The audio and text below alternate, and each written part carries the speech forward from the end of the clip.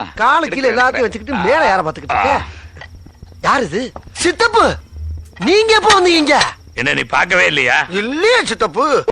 நம்ம வீட்டுக்கு பக்கத்துல ஒருத்தவங்க வீட்டுக்குள்ள பாம்பு நண்பர் வந்துட்டாருன்னு கூப்பிட்டு இருந்தாங்க. அங்க போய் பார்த்தப்ப ஒரு அறைக்குள்ள தேவையில்லாத பொருட்களா போட்டு வச்சிருந்தாங்க. அங்க இருந்த கட்டிலுக்கு மேலையும் ஒரு கோழி ஒண்ணு முட்டையிட்டு அடகாத்துக்கிட்டு இருந்தது. பாம்பு நல்ல பெரிய பாம்பா இருந்ததுன்னாங்க. ஆனா எவ்வளவு பெரிய பாம்பா இருந்தாலும் மனிதர்களை பார்த்து பயந்துருச்சுன்னா ஒரு சின்ன இடத்துக்குள்ள சுருங்கி படுத்துக்கிறோம்.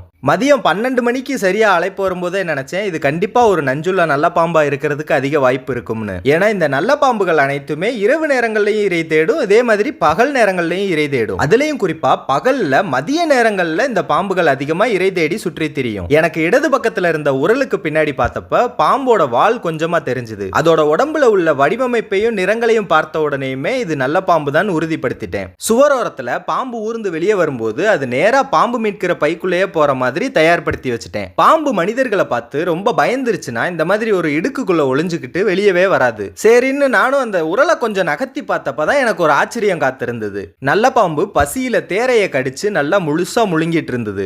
நானும் அது பாவம் சரி சாப்பிட்டு முடிக்கட்டும்னு சொல்லி பொறுமையா காத்துக்கிட்டு இருந்தேன். தேரையோட முக்காவாசி உடம்பு முழுங்கிருச்சு. வெறும் கால்வாசி உடம்பும் கால்களும் தான் வெளியே நீட்டிக்கிட்டு இருந்தது.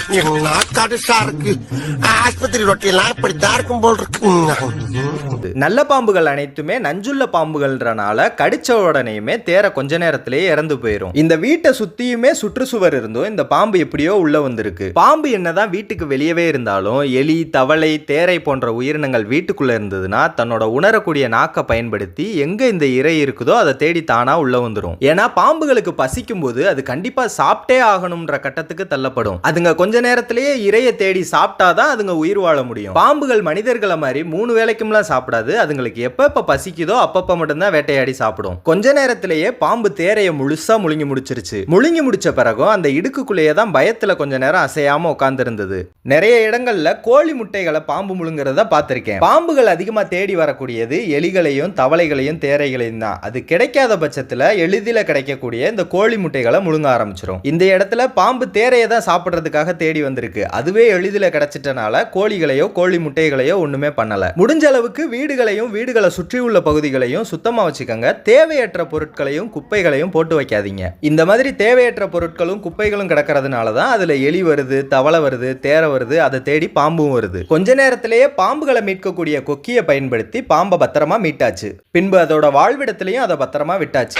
அப்பா மகனே அங்குசாமி, நீ மகராசனா இருக்கணும்ப்பா, நீ மகராசனா இருக்கணும்.